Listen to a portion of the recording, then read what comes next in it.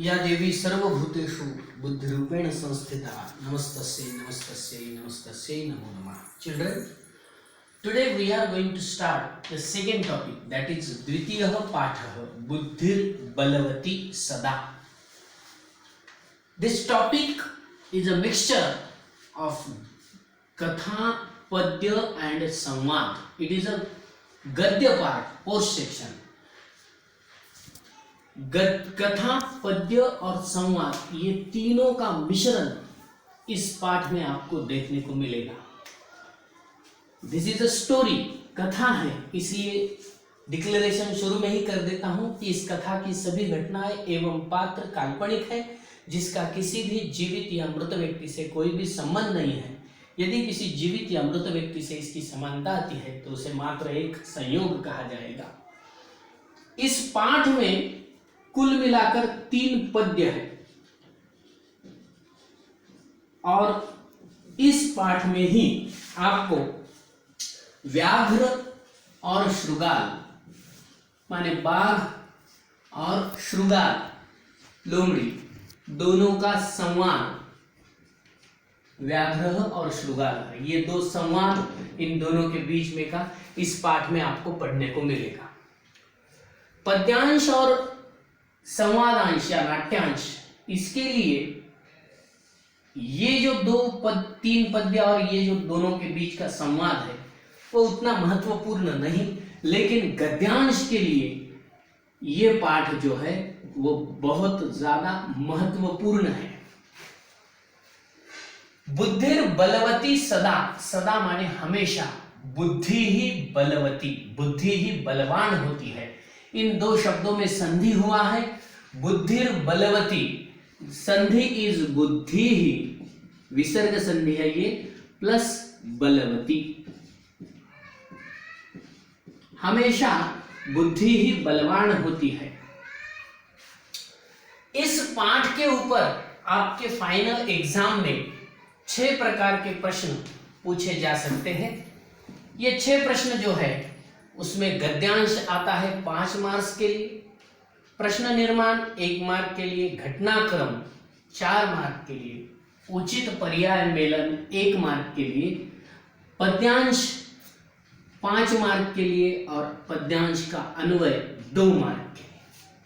अगर total calculate करें हम 5, 6 और 4 10, 15, 17, 18, मैक्सिमम 18 मार्क्स के लिए, लेकिन एक ही पाठ पे इतने ज्यादा प्रश्न पूछे तो बाकी पाठ प्रश्न बिना रह जाएंगे. इसलिए पेपर सेटर क्या करता है, सभी पाठों को, सभी लेसन्स को सेम वेटेज देने का उसका प्रयत्न रहता है.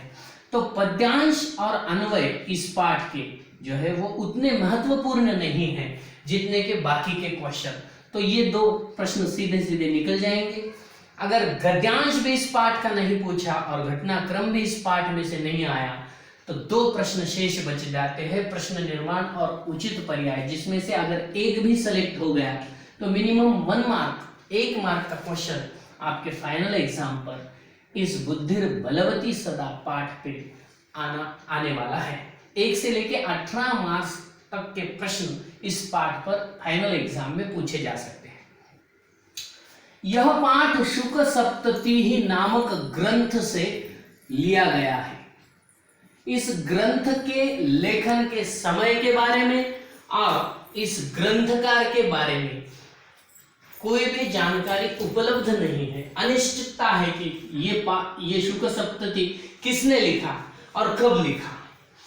लेकिन शुक सप्तति है, सप्तति माने 70, a bunch of 70 stories which was told by शुक माने पैरट, तोता, तोते ने कही गई 70 कथाएं.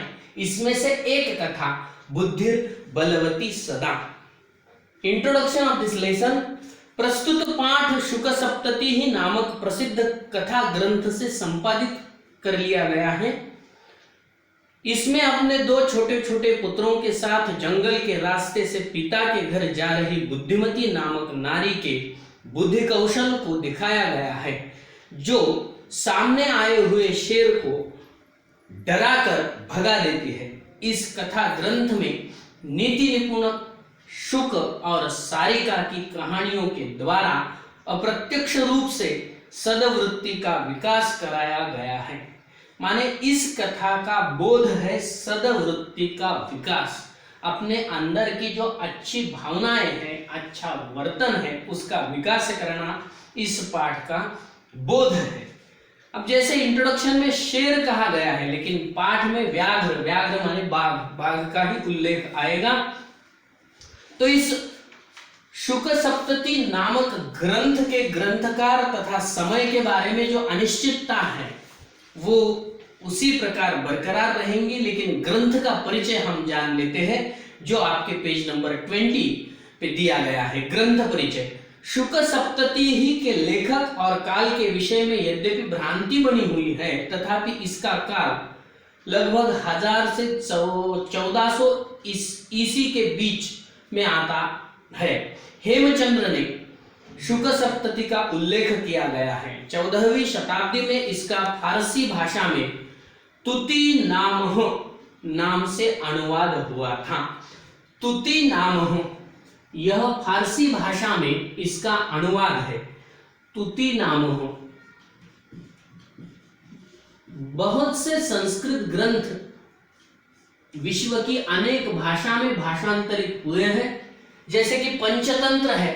पंचतंत्र का जो भाषांतर है विश्व की लगभग सभी भाषाओं में पाया जाता है, लेकिन शुक सप्तति का भाषांतर फारसी भाषा में तुति नामह नामक ग्रंथ में हुआ है। शुक सप्तति ही का ढांचा अत्यंत सरल और मनोरंजक है। हरिदत्त नामक सेठ का मदन विनोद नामक एक पुत्र था। वह विषयासक्त और कुमारगामी था। सेठ को दुखी देखकर अपने मित्र त्रिविक्रम नामक ब्राह्मण ने अपने घर से नीति निपुण शुक और सारिका लेकर उसके घर जाकर कहा, इस सपत्निक शुक का तुम पुत्र की भांति पालन करो, इसका संरक्षण करने से तुम्हारा दुख दूर होगा। हरिदत्त ने मदन विनोद को वह तोता दे दिया। तोते की कहानियों ने मदन विनोद का हृदय परिवर्तन कर दिया और वह अपने व्यवसाय में लग गया। व्यापार प्रसंग में जब वह देशांतर गया, तब शुक अपनी मनोरंजक कहानियों से उसकी पत्नी का तब तक विनोद करता रहा जब तक उसका पति वापस नहीं आ गया। संक्षेप में शुक सप्तति ही अत्यधिक मनोरंजक कथाओं का संग्रह है। 70 stories are collected in this novel book Shuka Saptati ही, जिसमें से एक कथा बुद्धि बलवती सदा, हमेशा बुद्धि ही बलवान रहती है। इस कथा को पढ़ने से पहले आप लोगों को ये सब ध्यान में रखना है कि ये गद्य है, पोल्स, और इट इज अ स्टोरी। उसके अलावा इस स्टोरी में 3 पद्य भी आते हैं और छोटा सा संवाद है व्याघ्र और शृगाल के बीच। इस पाठ के ऊपर आपके एग्जाम में कम से कम एक तो ज्यादा से ज्यादा 18 मार्क्स तक क्वेश्चंस आ सकते हैं। तो इस पाठ के उच्चार और पाठ का सरल अर्थ जानने के लिए हम मिलते हैं हमारे अगले एपिसोड में। जब तक के लिए धन्यवाद। जय हिंद, जय महाराष्ट्र।